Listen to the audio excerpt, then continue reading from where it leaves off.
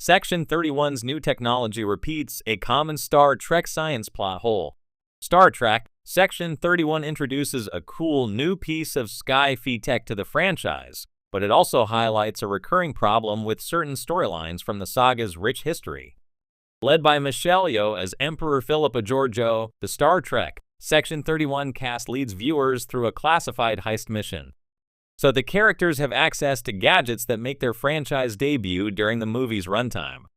For example, Star Trek Section 31 introduces a superweapon called the Godsend, and said device opens the door for an almost nonsensical piece of equipment.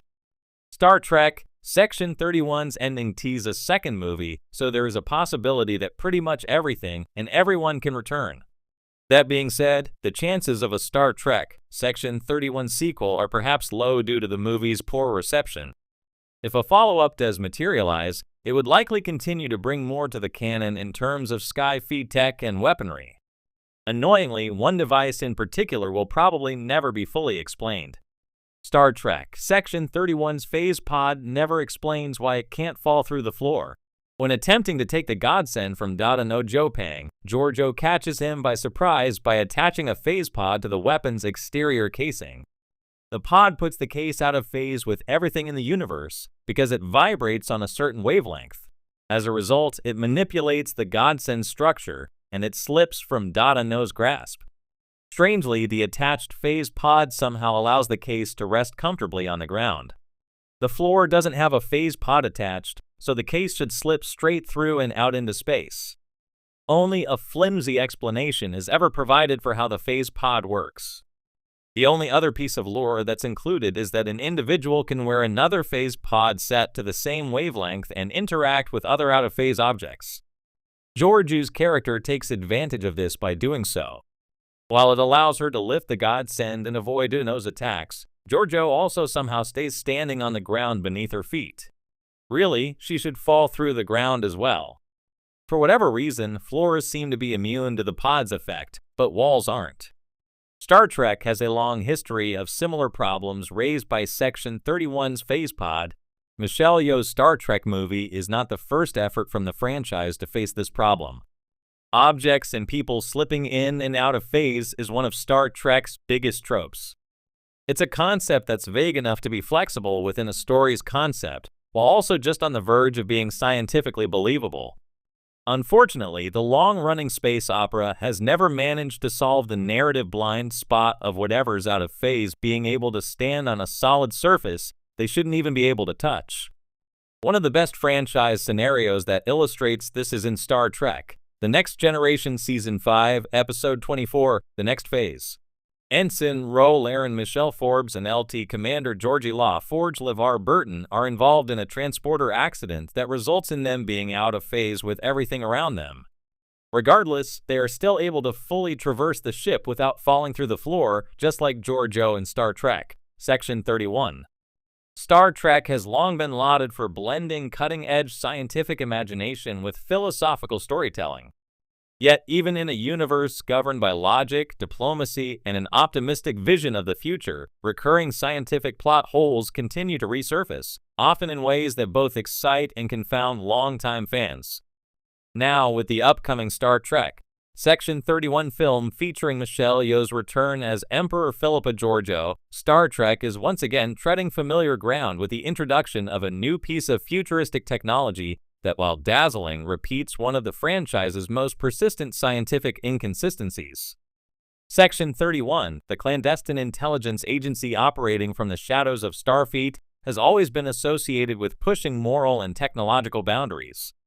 In the new film, early reports and trailers suggest that the organization has developed a revolutionary form of temporal cloaking, a device that allows agents to not just hide ships or personnel from sight or sensors, but to obscure them from time itself.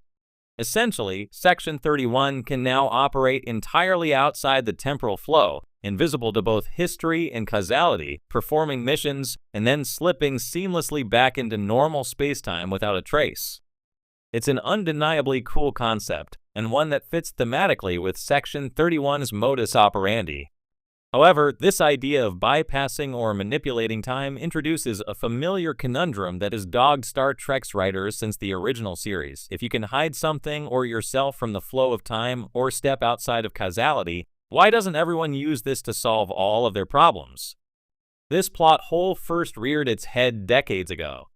Time travel and temporal manipulation have been staples of Star Trek since Captain Kirk and crew slingshotted the Enterprise around the sun in the original series' Tomorrow is Yesterday and The Voyage Home.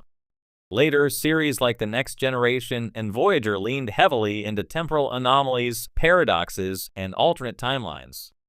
Yet with every new time manipulation device introduced, from chronoton torpedoes to temporal shielding, from Daniel's 31st century tech in Enterprise to Voyager's time ships, the same logical question emerges: why aren't these technologies ubiquitous, especially when they would render conventional warfare and even diplomacy obsolete? Section 31's temporal cloaking exacerbates this issue. If an intelligence agency can essentially step out of the timeline, alter events undetectably, and return unscathed, how is the galaxy not constantly being rewritten by competing factions? The temporal Cold War storyline in Star Trek. Enterprise brushed against this idea, but ultimately shied away from fully exploring its implications. Likewise, the Department of Temporal Investigations in Deep Space Nine hinted at bureaucracy reigning in such tech, but never convincingly explained how it could be universally controlled. There's also the practical inconsistency. If Section 31 has had access to temporal cloaking, or if such technology has been even theoretically possible, why didn't they deploy it during major crises like the Dominion War, the Borg incursions, or countless other existential threats faced by the Federation? As with many super technologies introduced in Star Trek, temporal cloaking risks feeling like a convenient tool that appears only when the story demands it and is quietly forgotten when its presence would make plots too easy to resolve. Of course, Star Trek is not the only franchise guilty of this selective technological amnesia. Science fiction often walks a tightrope between innovation and narrative coherence.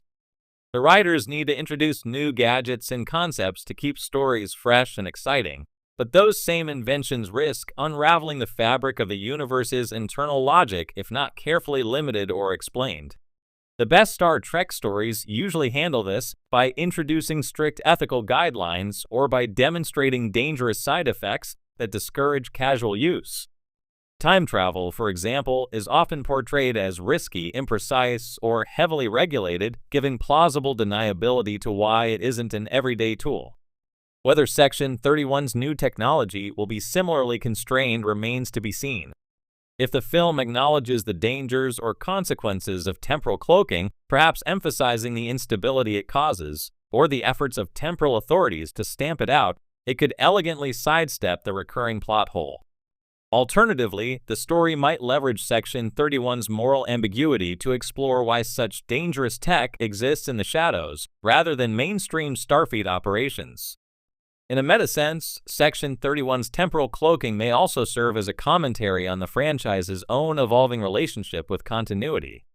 As Star Trek has expanded, with reboots, alternate timelines, prequels, and streaming-era series, the notion of canon and causality has become increasingly fluid. Perhaps, intentionally or not, Section 31's ability to